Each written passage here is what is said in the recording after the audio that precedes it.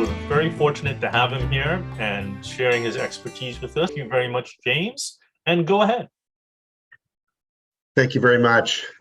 Appreciate the introduction, Brian. I'm delighted to be here tonight talking about probably my favorite fly fishing trip that I'm fortunate enough to do every year. This is an area where I just love to fish, and an area where I've learned to read the water pretty well and just have a great time. And so I wanted to share a little bit about why it is that this is one of my favorite spots.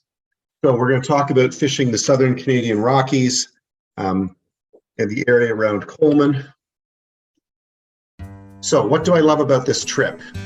Well, I think there's three main things that I love about this trip. The first is the mountains themselves. They're just spectacular. They rise up to 10 to 13,000 feet, and we're probably fishing at closer to 4,000 feet. So just a lot of elevation, beautiful turquoise water, and solitude. You're often fishing. Maybe you'll see one other person in the day. If you're on a weekend, you'll see a few more. But I've fished entire days and not seen a person when I'm fishing. The fish themselves are tremendous. I'm not so much about fishing. I much prefer to catch. I'm just not patient enough. Maybe it's an old sales guy thing. I'm just not patient enough to fish. I prefer to fish where there's strong fish.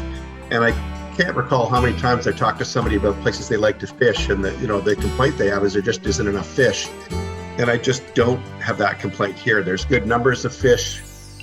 There's good sizes of fish. I think I would say the average size cutthroats are sort of 17 to 19 inches, and you can get them up 21, 20 inches. And it's exciting because they're on dry flies. I fish, most of us that are fishing, and a few of us are on the line here today, fish almost exclusively dry flies. So you're seeing them hit the surface, so a lot of excitement. And then the third one is the hospitality. The place that we stay is very good quality, reasonable price. The people we're staying with are great to visit with. So where is this located? This is in the very southwest corner of Alberta, right against the Great Divide, the highest point in the mountains. And then that area is broken out here. I couldn't find a good map that I liked that would show up in a Zoom meeting well, but we're fishing in the Crowsnest Pass area, and you can fish the Crowsnest River, but it's probably the weakest of the ones that fish. The Old Man and the Livingston on the north are really strong.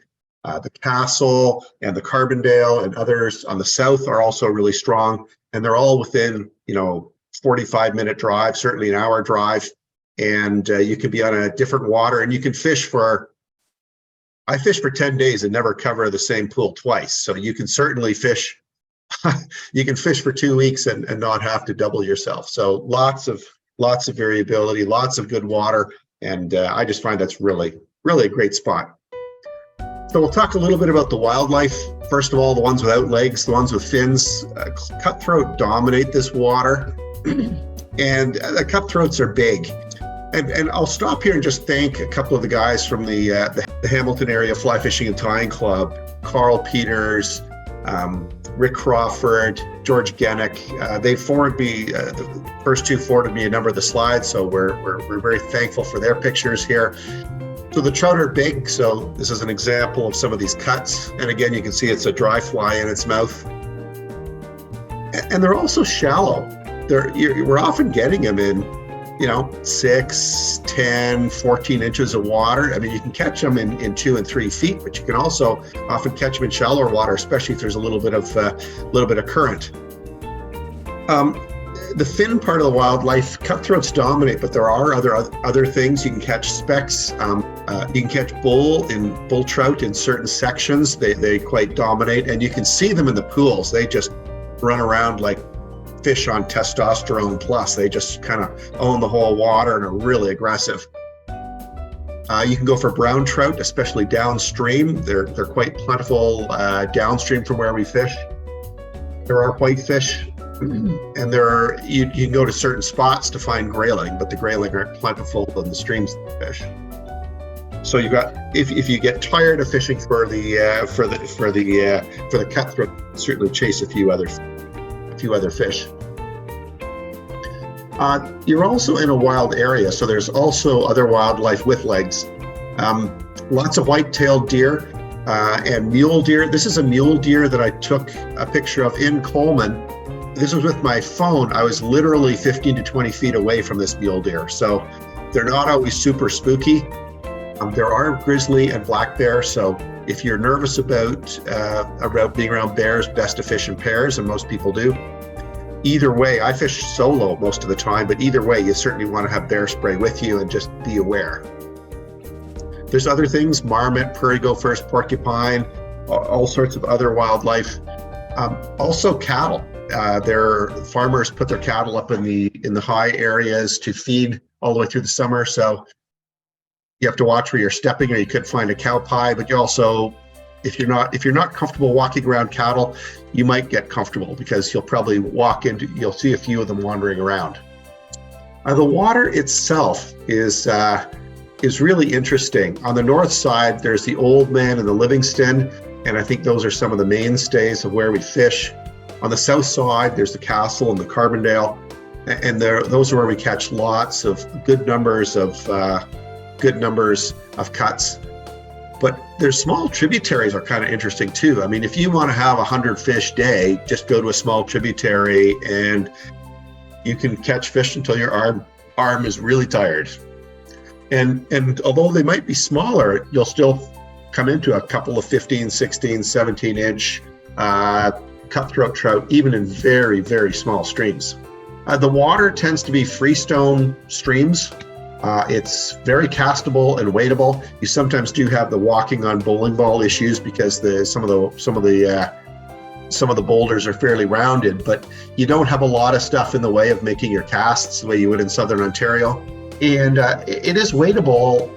I used to bring chest waders, but I've since switched to either just pant waders because it gets pretty warm by the afternoon and I don't want to be that hot and it's not that deep.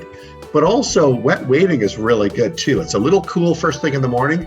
Gear would typically be like a 3-weight or a 4-weight. And if you're fishing for the good sized cutthroat, you'll certainly want a 9-foot. If you're fishing on some of the smaller streams that are only 6 feet across and you're going for large numbers, you can go back to a smaller, 6-7 foot rod. We often fish 5X tippet. You could go lighter, but you don't need to. And the fish are of size and you've got, rocks and logs. So 5X tippet seems to do very well. I've listed the ones there and you can look to match the hatch. I'm very fond of the terrestrials because if you get a terrestrial that's working, you actually don't need to match the hatch too much and you can cover a lot of water and see a lot of fish. And I don't know if you've tried this, but I discovered I was complaining to one of the guides out there and he recommended this catch and release tool, which I tried. And here's the way it normally looks. And if you turn it sideways, there's that loop over here turns around. There's a little slit and you can push that in. And then the front end of this little tool will push down across the fly. You put your line through here, it'll push down across the fly and it'll just catch the hook at the very end. And it'll pull over any hackle you have on your dry fly and it just pops out. So you can literally just run it down, pop it in. Don't even have to see where it is. If it's inside the fish's mouth, just slide it in, pop it in. Anyway, I just thought releasing fish becomes more and more important, especially as the water warms up. And the water is starting to get a little warmer. Last year, they had for the first time a closure window in the afternoon where they've stopped the fishing at 2 o'clock on every piece of water in the watershed. Haven't seen that before. But I think that's a nod to the issue that, the fish are vulnerable as the water warms up. And so both watching the water temperature, but also watching how you release, I think becomes even more important. In terms of logistics, it's pretty straightforward. You fly into Calgary. You can find inexpensive car rentals off-site from the Calgary airport. I also discovered this year you can do it through a ride sharing or a sharing rental program where individual citizens rent their vehicles out called Turo, and you can get that through Kayak. So I cut my rental car costs in half. Coleman is the central location for all the waters that we're talking about. There's a number of places you can go, but I highly recommend Country Encounters. It's a bed and breakfast for less than $100. You can have your own room or share with a buddy. $100 per person. You get hot breakfast and you get a really good supper. And these are professionally trained chefs that are cooking, so they're really good. The fishing tends to be good from 9 until 4:30. It often seems to get quieter for me at 4:30 or 5.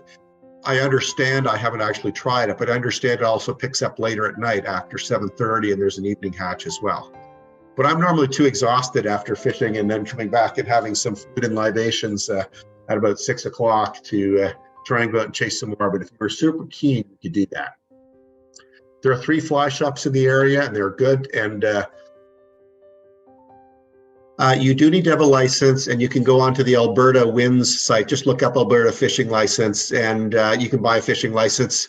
I can't remember what the cost is. It might be $40 or $50 for the whole time you're out, if you're out there for a couple of weeks. But yeah, there's a license, but it's nothing too peculiar, and you don't need to have a guide. There's nothing unusual about what you need to do to fish there. You do need serious sunscreen. You won't feel it. You're up, you know, it's nice and cool. It's very dry. You think you'll fine, but there's not much air between you and the sun, and you'll burn a lot faster. So make sure to be serious about the sunscreen in your hat. And then the last piece from logistics that Rick and Carl are going to laugh about this, but if you're fishing days on end, you might get tired of breaking your rod apart and packing it all away. We just leave our rods in the car and tie a piece of string from your rear view mirror down, and you can put 2 or 3 rods into it. And even when you're driving up and down mountain roads and doing hairpin turns, they'll stay tight. It's safe, it's out of the way, it's quick, and you can use it going between the holes, then you can use it at the end of the day. It just was a nice little add-on that saves a bunch of noise. And then if you get tired or your arms get sore, you can do something else for a day. And sometimes people do this also on their last day or their first day in, just because it breaks things up. If you're looking for a few hours, there's the Frank Slide. I think it's about, I want to say 150 or 200 people died when this side of the mountain collapsed, ran down and buried 2/3 of the town more than 100 years ago. Oh, by the way, the natives refused to camp there because they called the mountain unstable. So then we wiped out a whole town. It gives you a great sense of the scale of just how much rock came down and buried it. You can also do a coal mine tour, which is very interesting to see how they the first industry in the area and how they work those coal seams. A head smashed in buffalo jump is a World Heritage Center that's I think it's about an hour and a half away. It is amazing to see. They claim, I have no reason to believe it isn't true, that the Blackfoot are the people most dependent on a single animal of any people in the world. They lived their entire life off of the buffalo. It was their food, it was their lodging, it was their clothing, it was their worship. It was kind of everything to them. And for me, what's fascinating is, I mean, when you're fishing, you're always asking the question, what would I do if I was a fish? And are you positive or negative? And what is the kind of psychology? Well, they were doing exactly that same thing to the buffalo. They would spend 2 or 3 days understanding the psychology of the buffalo and behaving in ways to affect the buffalo to get them to run over the cliff. And to listen to that story and see how they do that, it is fascinating. And the other thing, of course, you can do is take a drift boat in Calgary or drift the elk in Fernie, BC. But to tell you the truth, for my money, I would hire one of the guys out of the fly shops and spend about half that and get them to take you out for 5 hours, 6 hours of the day and do something very personalized on a part of the stream and just tell them what it is you want to learn. I think I learn a ton more. But anyway, you can also do the drift boat stuff as well. Well, anyway, I hope I sold a few people on thinking about this one. It is an amazing trip. The nice part is it can take some more pressure. There's just lots of fish. There's lots of variety. And, you know, in the 10 years I've been there and the 20 that Rick and Carl have been there, I don't think we've seen an overfishing of it. So it's a fishery that's not over pressured.